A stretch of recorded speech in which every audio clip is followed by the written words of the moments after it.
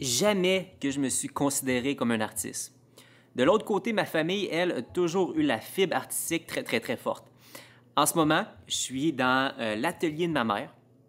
Donc, littéralement, c'est un atelier de création. Dans les 10 dernières années, ma mère a construit une entreprise où qu'elle vend ses créations. Donc, non seulement c'est une personne à la fibre artistique, mais aussi la fibre entrepreneuriale, parce que son art lui permet de vivre. Et l'atelier dans lequel je me trouve en ce moment a été littéralement dessiné et construit par mon père. Ça vous démontre à quel point que la fibre artistique est forte chez nous. Même chose du côté de mon frère et du côté de ma sœur. Les deux, quand j'étais jeune, adoraient dessiner, adoraient peindre. Puis moi, de mon côté, je n'étais pas capable de dessiner un bonhomme allumette. Moi, quand j'étais jeune, mes hobbies, c'était tout ce qui était les jeux vidéo, l'Internet, les ordinateurs. Ça me faisait triper. Mes temps libres, c'est là qu'il allait. En grandissant, c'était devenu très clair pour moi, je ne suis pas un artiste parce que je ne suis pas bon en art. Donc, tout ce qui était dessin, peinture, création avec ses mains, ce dans quoi j'étais pas bon, c'était de l'art. Puis moi, parce que je ne suis pas bon dans ça, je ne suis pas un artiste. Évidemment que quand j'ai commencé l'entrepreneuriat, j'ai pris exemple sur mes parents, sachant qu'eux avaient des années d'expérience en affaires. Je ne me suis jamais identifié à leur côté artistique. J'ai incarné immédiatement l'identité de l'entrepreneur. Un entrepreneur, pour moi, à ce moment-là, c'était quelqu'un qui travaillait fort, c'est quelqu'un qui était discipliné, c'était quelqu'un de stratégique.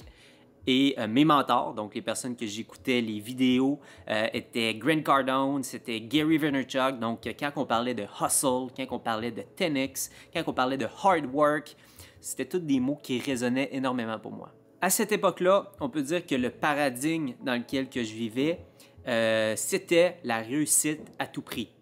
Je suis un entrepreneur, je veux réussir, je veux faire de l'argent et pour y arriver, je dois travailler fort, je dois être discipliné. C'était beaucoup les croyances qui m'habitaient à ce moment-là. Jusqu'au jour où je rencontre un modèle de réussite complètement différent. Il y a quelques années de ça, j'ai fait la rencontre de Mélissa Normandin-Roberge. Mel, qui était une cliente au départ. Et Mel, rapidement, m'a impressionné parce qu'elle avait énormément de réussite, mais elle n'incarnait pas le work hard, le hustle, la discipline, le contrôle. Au contraire, plus qu'elle était créative, plus qu'elle avait du plaisir et plus ça lui réussissait. C'est à partir de ce moment-là où une graine a commencé à germer dans ma tête et que mon paradigme de réussite, ou que la réussite doit passer par travailler fort, la discipline, tranquillement, j'ai commencé à ajouter la notion de plaisir. Deuxième paradigme, oui, je veux réussir. Oui, c'est important pour moi de faire de l'argent, mais tout en ayant du fun et du plaisir à le faire. Le besoin d'avoir du plaisir et du fun à travers la réussite est vraiment devenu vital. C'est-à-dire que si j'imaginais avoir du succès, mais sans avoir du plaisir à le faire, pour moi, ça faisait aucun sens. C'est à partir de ce moment-là que j'ai commencé à jumeler travail et voyage. Mais j'étais encore dans un paradigme où le plaisir et le travail étaient deux choses séparées. C'est-à-dire que mon travail me permettait d'avoir du plaisir. Et où j'avais du plaisir et quand j'avais du plaisir, c'était principalement le week-end. Donc pour moi, le plaisir passait par la fête, passait par beaucoup d'alcool, de drogue. Et malheureusement, mon plaisir était déconnecté de mon travail. Plus j'avais du plaisir, donc plus je faisais la fête, plus c'était difficile de travailler. En début d'année, j'étais à Hawaï et je regardais un petit peu mes derniers mois, mes dernières années et je sentais que cette dichotomie-là commençait de plus en plus à me nuire. J'ai donc pris la décision, qui est extrêmement difficile pour moi, de mettre de côté ma source de plaisir, qui était le week-end, qui était les sorties, qui était le party, qui était la drogue, qui était l'alcool. De cette façon-là, à travers ce défi-là, je m'obligeais à retrouver le plaisir d'une autre façon. Dans mes premiers mois de sobriété, donc je recherchais évidemment une autre source de plaisir et qu'est-ce qui est monté en moi à ce moment-là? C'était vraiment le besoin de créer. Ma forme de création, pour moi, ma façon d'être créatif, ça passe pas par, comme je disais au départ, le dessin ou par la peinture. Ça passe beaucoup par la création de contenu. C'est à ce moment-là que le podcast Marketing Haute Fréquence est né. Marketing Haute Fréquence, c'est donc un podcast de discussion entre moi et Guillaume où qu'on crée une nouvelle philosophie qui est le marketing haute fréquence. Dès les premières semaines, c'était clair, cet aspect-là créatif me remplissait et m'apportait énormément de joie et de plaisir. Chaque semaine, un de mes plus beaux moments un de mes plus beaux accomplissements de la semaine, c'est le moment où j'enregistre mon podcast avec Guillaume. Tranquillement, je sentais que l'équilibre était vraiment en train de prendre, c'est-à-dire que avoir du plaisir et réussir commençait vraiment à faire du sens. C'était plus quelque chose de séparé. C'était pas je travaille et après j'ai du plaisir. En travaillant, j'ai du plaisir. Mais c'est dans les dernières semaines où que c'est devenu encore plus clair. Il y a quelques semaines, j'étais en mastermind et c'est là que j'ai trouvé le troisième paradigme. Qu'est-ce qui est le fun d'un mastermind? C'est qu'on a tout le temps des discussions extrêmement enrichissantes avec d'autres entrepreneurs. Et ça l'a pas manqué. Ce soir-là, j'étais avec une amie qui s'appelle Aurélie. Je lui expliquais qu'ajouter à « je veux réussir, je veux avoir de l'argent », ajouter tout en ayant du plaisir a fait toute la différence et que mes derniers mois de création de contenu, de podcast, m'amenaient beaucoup dans cette direction-là. C'est à ce moment-là qu'elle m'a posé la question, elle a dit « Robin, si tu avais à choisir, qu'est-ce qui est le plus important pour toi? Réussir, faire de l'argent ou avoir du plaisir et t'amuser? » Fait que j'ai pas eu le choix de me poser la question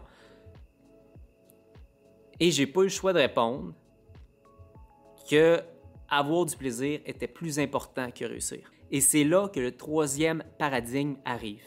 Elle me dit, tu dis les choses dans le mauvais ordre.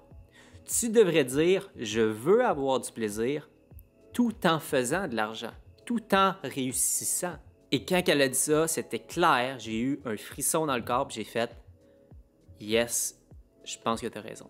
J'étais donc passé de, je veux réussir à tout prix, à je veux réussir tout en ayant du plaisir, à je veux avoir du plaisir tout en réussissant. Il me restait juste une question à répondre à ce moment-là. Le plaisir, le fun, comment je fais pour l'avoir? J'ai regardé mes dernières semaines, j'ai regardé mes derniers mois de travail, mes derniers modèles, mes derniers mentors. C'est devenu clair que pour moi, pour avoir du plaisir, pour avoir du fun, je dois incarner le créateur. Plus je crée, plus je m'amuse et plus ça m'apporte ce sentiment-là de jumeler finalement les deux choses que j'ai toujours souhaité, travail et plaisir. C'est la création qui me permet de faire ce lien-là entre ces deux univers-là. Puis c'est d'une évidence. Quand je regarde mes parents, mon père va avoir le côté un petit peu plus entrepreneurial, ma mère va avoir le côté plus créatif et les deux se complètent super bien. Mel a comme partenaire Guillaume. Donc Guillaume a le côté un petit peu plus entrepreneurial, Mel va avoir beaucoup le côté créatif. Les deux se complètent. C'est ça que je sens en ce moment, c'est que dans les dernières années, mon côté créateur, je l'ai possiblement mis beaucoup de côté, beaucoup trop longtemps, sachant que je me suis jamais considéré comme un créateur. Je peux affirmer et je peux confirmer, parce que je le sens à l'intérieur de moi, ce côté-là créatif qui est en moi doit refaire surface et doit prendre le contrôle pendant un certain temps. C'est pas de mettre le côté entrepreneurial de côté, mais je pense que c'est de donner la parole au créateur qui est en moi et donner le spotlight pendant un certain temps. J'ai l'impression que trop souvent, on met l'entrepreneur sur un piédestal et qu'on oublie de laisser de la place au créateur. On oublie d'avoir du plaisir. On oublie pourquoi qu'on a commencé ce chemin-là entrepreneurial. À la base, c'était pour avoir plus de plaisir, pour avoir plus de liberté, pour faire ce qu'on aime. Si toi aussi tu as envie d'incarner le créateur, clique sur le petit pouce bleu pour me témoigner que tu fais partie du groupe. Et si vous avez envie de suivre mes créations, donc ces vidéos-là à travers les semaines, n'hésitez pas à vous abonner à la chaîne. Merci tout le monde et on se voit la semaine prochaine. Libère le créateur.